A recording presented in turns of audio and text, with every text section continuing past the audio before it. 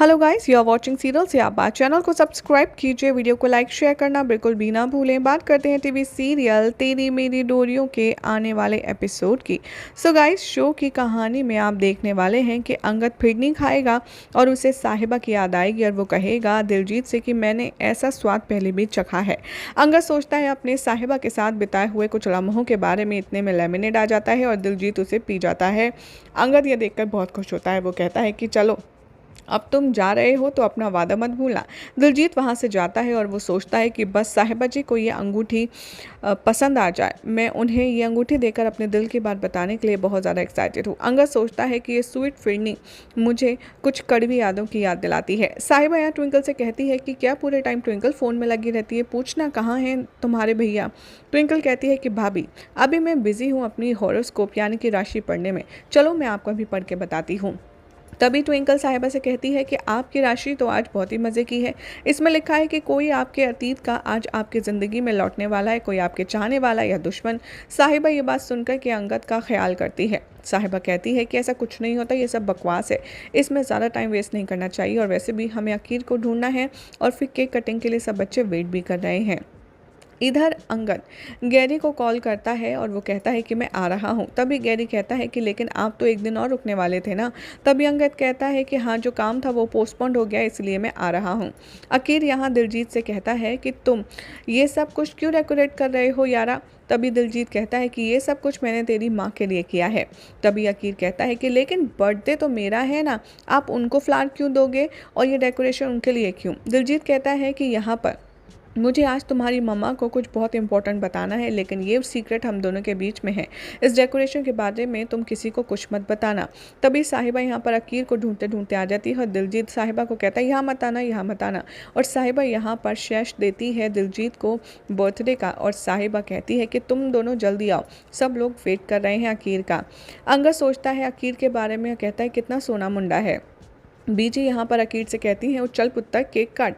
लेकिन cake cut करने से पहले ही यहाँ पर अंगद जो है वो कार ड्राइविंग में मुश्किल फील करता है, क्योंकि वहाँ तेज़ आंधी तूफान आ जाता है और वो रास्ता भटक जाता है। अंगद देखता है कि वहाँ दूर रोशनी है जिसमें घर में कुछ लोगों के समझ आ रहा है कि वहाँ पर रह रहे हैं, इसलिए वो कहता है कि फ़ोन में भी कोई नेटवर्क नहीं है, मैं उन लोगों से जाकर के ही पूछ लेता हूँ।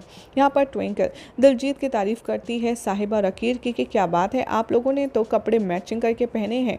तभी वो कहती है आओ मैं आप लोगों की तस्वीर लेती हूँ। अंगद यहाँ पर रोड नहीं देख पाता बुरे वेदर की वजह से और अंगद वहाँ पर डिसाइड करता है डायरेक्शन लेगा वो उस घर में जाकर।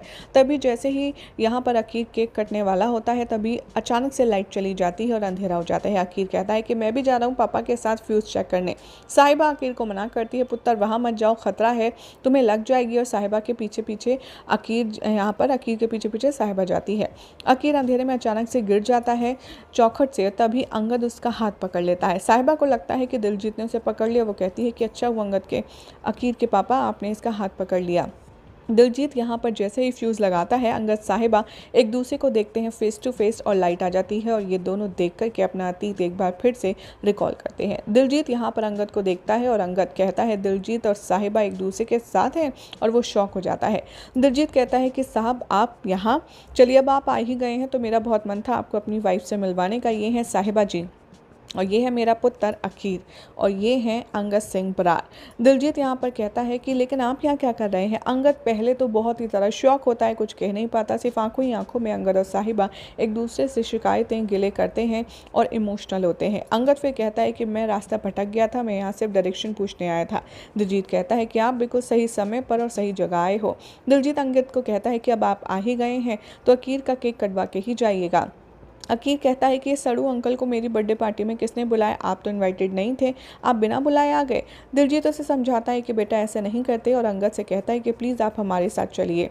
यहाँ पर बीजी जो हैं वो भी अंगद से कहती हैं कि आप आए हैं तो देखिए रब का ही इशारा है, आप पुत्र का केक कटकाए बिना मत जाइएगा, क्योंकि जो दोस्ती की शुरुआत लड़ाई से हुई थी अब देखिए कितनी गहरी दोस्ती हो गई है।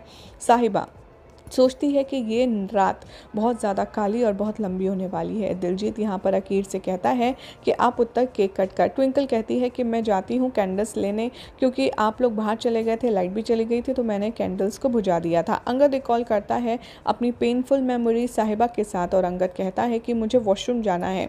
जब यहाँ पर पूछता है दिलजीत कि क्या हुआ, आप इतने उदास क्यों लग रहे हैं, तभी अकीर को यहाँ पर कहता है दिलजीत कि जाओ बेटा, तुम अंकल को ज़रा हैंड वॉश करवा के लाओ। अकीर कहता है कि ठीक है पापा, मैं जाता हूँ, वैसे भी मुझे वॉशरूम जाना है। दिलजीत कहता है कि मैं बस यही चाहता हूँ कि साहर अंगद के साथ में अकीर की जो फ्रेंडशिप है वो अच्छी हो जाए। साहिबा कहती है कि आपने अंगद के साथ में उसको क्यों भेज दिया। दिलजीत कहता है क्यों, मैंने अपने पुत्र शेर को सब समझा दिया है कि उसे दोस्ती करनी है। साहिबा कहती है कि ऐसा मैं नहीं होने दूंगी।